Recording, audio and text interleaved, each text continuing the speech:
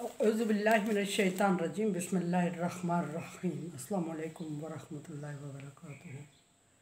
सूरह नूर है मेरे सामने और सूरह नूर की आयत नंबर 22 है, पारा नंबर 18 है और रुकू नंबर 9 है। आयत नंबर 22 को कल शुरू किया और आधे तक पहुँची।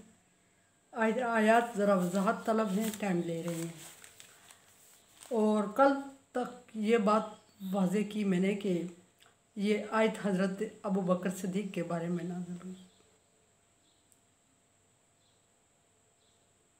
तफसीर के मुताबिक बात कर रही हूँ मैं, जो तफसीर इब्न कसीर में इसका हवाला दिया गया है, इसका शान नुज़ूल बयान किया गया, वो है कि हज़रत अबू बकर सिद्दीक़ के बारे में नाज़िल। और पिछली आयत को अगर इसको रेलिवेंट किया जाए तो ये भी बात समझ आती है कि पिछली आयत में हज़रत आयशा रज़ी अल्लाह ताला अन्हा की किरदार कुशी पर तंबी और सरजनश की गई मुशरिक मुनाफिकीन और मुसलमानों को। तो चूँकि उन आयत में पिछली जो आयत नंबर 11 से गुज़री हैं, उनमें नबी सल्लल्लाहु अलैहि वसल्लम और हज़रत आयशा रज़ी अल्लाह ताला अन्हा और आपके घराने वालों पर शदीद तकलीफ़ का वक्त था। और उस तकलीफ़ को मद्देनज़र रखते हुए हज़रत अबू बकर सिद्दीक़ के जो कज़न थे हज़रत मस्ता, जो मुसलमान थे, और उन्होंने उन लोगों का साथ दिया या उनकी हाँ में हाँ मिलाई, उनकी बात की जिन्होंने हज़रत आयशा की किरदार कुशी की कोशिश की। तो हज़रत अबू बकर सिद्दीक़ जज्बाती हो गए और हज़रत अबू बकर सिद्दीक़ उनकी कफ़ालत करते थे। वो माजर थे और गरीब भी थे। तो हज़रत अबू बकर सिद्दीक़ ने कसम उठा ली कि मैं आइंदा इनकी कफ़ालत में नहीं करूँगा। अल्लाह तबारक व तआला को सख्त नागवार हुआ। एक तरफ अल्लाह तबारक व तआला को ये बात बहुत ही नागवार गुजरी कि इन लोगों ने हज़रत आयशा के किरदार पर बात की, हुज़ूर सल्लल्लाहु अलैहि वसल्लम के घराने की इज़्ज़त का ख्याल नहीं रखा और आप सल्लल्लाहु अलैहि वसल्लम को दुखी किया। उस पर भी आयत नाज़िल हुई। और सोचने की बात यह है कि दूसरी तरफ जब हज़रत अबू बकर सिद्दीक़ ने उसकी मदद से हाथ उठा लिया, जिसने हज़रत अबू बकर सिद्दीक़ की बेटी की शान में गुस्ताखी की, तो उस पर भी अल्लाह तबारक व तआला ने फ़ौरन आयत नाज़िल फरमाई। मतलब कहने का ये है कि अल्लाह तबारक व तआला अपनी सारी मखलूक और बिलखुसूस सारे मुसलमानों के साथ बहुत ज़्यादा प्यार करता है और वो नहीं चाहता कि किसी छोटी छोटी बात पर एक मुसलमान दूसरे का बाइकाट करे या दूसरे को तकलीफ़ दे या उसकी मदद से हाथ रोक ले। और यहाँ फरमाया कि और अल्लाह तबारक व तआला ने फरमाया कि वला यातली उलिल फ़ज़्ल मिनकुम, के किसी भी साहिब इज़्ज़त और साहिब हैसियत शख्स के लिए ये ज़ेब नहीं देता कि वो अपना माल गरीबों, यतीमों और मिस्कीनों को, महाजिर को देने से अपनी ज़ाती अना की वजह से किसी से माल को रोके। ये बहुत गलत है। एक बात ये ज़िक्र फरमाई जो कल गुजर चुकी है कि अहले सरबत और अहले इज़्ज़त को ये ज़ेबा नहीं है कि वो ज़ाती अना की वजह से किसी की मदद से हाथ रोक लें और जो माल अल्लाह तबारक व तआला ने उन्हें दिया है उसको किसी को देने से कंजूसी करें।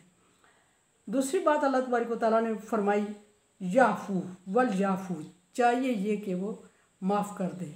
माफ़ करने को अल्लाह तबारक व तआला ने बहुत अहमियत दी और माफ़ करना अल्लाह तबारक व तआला की अपनी सिफ़त है, गफ़ूर है अल्लाह तबारक व तआला। और माफ़ करने वालों को अल्लाह तबारक व तआला पसंद फरमाता है।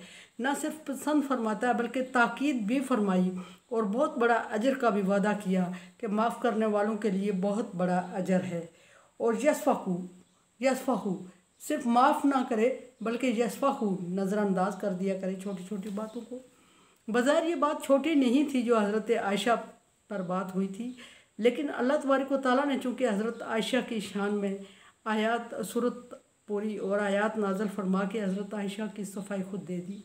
तो यहाँ अल्लाह तबारक व तआला फरमा रहे हैं कि छोटी बातों को नज़रअंदाज करें। ये छोटी बात नहीं थी नज़रअंदाज करने की, लेकिन चूँकि जो शान नबी सल्लल्लाहु अलैहि वसल्लम की और आपके घराने की थी उसके मुकाबले में ये बात मानी नहीं रखती। जितना बड़ा ज़र्फ़ और जितनी बड़ी शख्सियत, जितना बड़ा स्टेटस आप सल्लल्लाहु अलैहि वसल्लम का और आपके घराने का था, उसके मुकाबले में ये बात मानी नहीं रखती।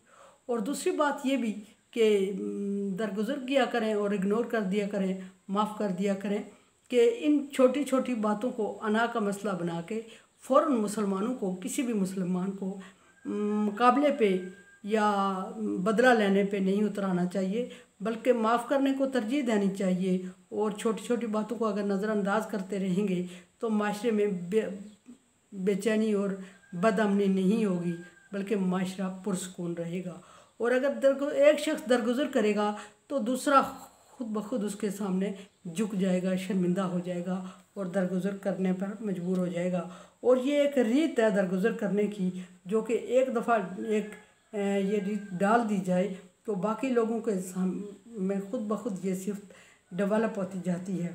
फरमाया कि अल्लाह तो हिब्बूना अन्ना यग़फिर अल्लाहु लकुम, कि क्या तुम पसंद नहीं करते। एक दफ़ा फरमाया कि मदद से हाथ ना रोकें, दूसरी दफ़ा फरमाया कि माफ़ कर दें, फिर फरमाया तीसरी बात कि दरगुजर किया करें। फिर शर्त रख दी अल्लाह तबारक व तआला ने कि तुम पसंद नहीं करते कि अल्लाह तुम्हें माफ़ करे, यानी तुम्हारी कोताहियों को माफ़ करे। यानी अगर तुम दुनिया वालों पर को माफ़ करोगे तो अल्लाह तबारक व तआला तुम्हें भी माफ़ करेगा। अल्लाह तबारक व तआला तुम्हारी गलतियों को माफ़ करेगा। दुनिया वालों की पर्दापोशी करोगे तो अल्लाह तबारक व तआला तुम्हारी पर्दापोशी करेगा। फिर फरमाया कि वल्लाह गफूरुर रहीम, और अल्लाह बख्शने वाला और रहम करने वाला है। अपनी सिफ़ात अल्लाह तबारक व तआला ने बयान कर दी कि अल्लाह बख्शने वाला है, माफ़ करने वाला है, सो तुम भी माफ़ करना सीखो, एक दूसरे को माफ़ करो।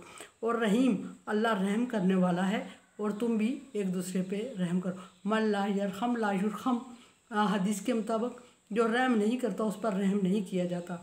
दूसरी जगह हदीस में फरमाया कि तुम ज़मीन वालों पे रहम करो, आसमान वाला तुम पे रहम करेगा।